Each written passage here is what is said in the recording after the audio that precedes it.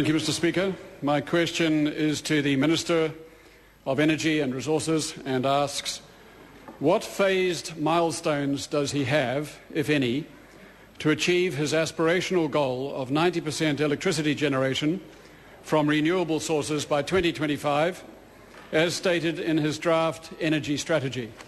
The Honourable Jerry Brownlee. Mr. Speaker, the questioner fails to recognise that the government does not determine the investment decisions which will be needed to increase the availability of renewably generated electricity. The government does, however, set the regulatory and policy environment in which those investment decisions are made. The government's changes to the Resource Management Act and the introduction of the emissions trading schemes are significant encouragements to the development of New Zealand's considerable renewable energy potential. Phased milestones would only be possible if we lived in a command and control style economy. We do not. Supplementary. In the context of his regulatory framework for encouraging renewables, how many dollars of new funding has his government committed to ECA's Marine Energy Deployment Fund? The Honourable Jerry Brownlee. Mr. Speaker, the Marine Energy Deployment Fund is a fund that was set up some years ago and has not been added to. But what I can inform the member is that I've recently announced a grant to the Chatham Islands, which will make a very considerable difference to electricity consumption and the price for consumers should it prove successful. Dr. Kennedy Graham. Thank you, Mr. Speaker. But isn't it true that the fund has actually been cut by $1 million? The Honourable Jerry Brownlee. I apologise, Honourable Member, if he could repeat his supplementary question. Ask members just remember from the back of the House, a little hard to hear sometimes. Dr. Kennedy Graham. Thank you. The Minister commented about one additional component within the fund. My question is, isn't it true that the fund as a whole has actually been cut by $1 million? The Honourable Jerry Brownlee. Mr. Speaker, it's fair to say that the fund and the concept has been extremely unsuccessful. The number of projects put up that are viable has been extremely low. And yes, there has been a transfer of some money out of that fund to other energy-saving activities. Dr. Kennedy Graham. On a different point, how much of National's promised $35 million of new funding for solar power has his government committed to ECA's solar hot water program?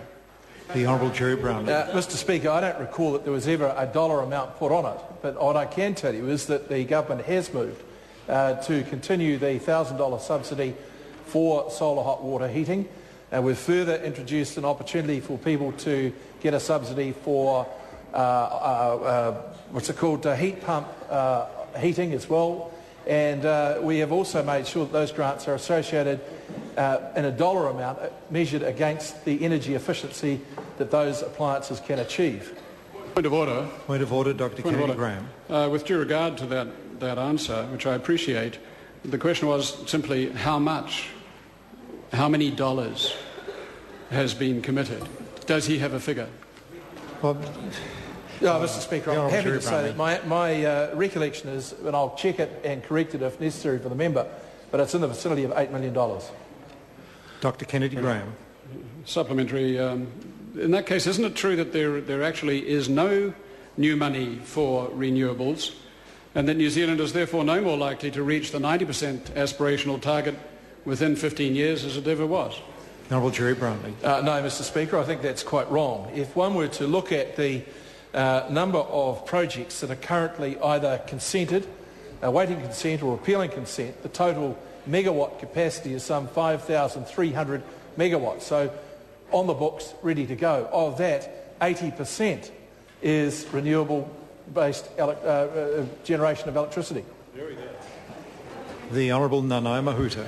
To the Minister, does the ranking of petroleum and coal development as the #1 area of focus in the draft energy strategy and the pushing back of greenhouse gas emissions as the last area of focus reflect the government's fossil fuel bias? And if so, how will New Zealand possibly meet the target of producing 90% renewable energy by 2025?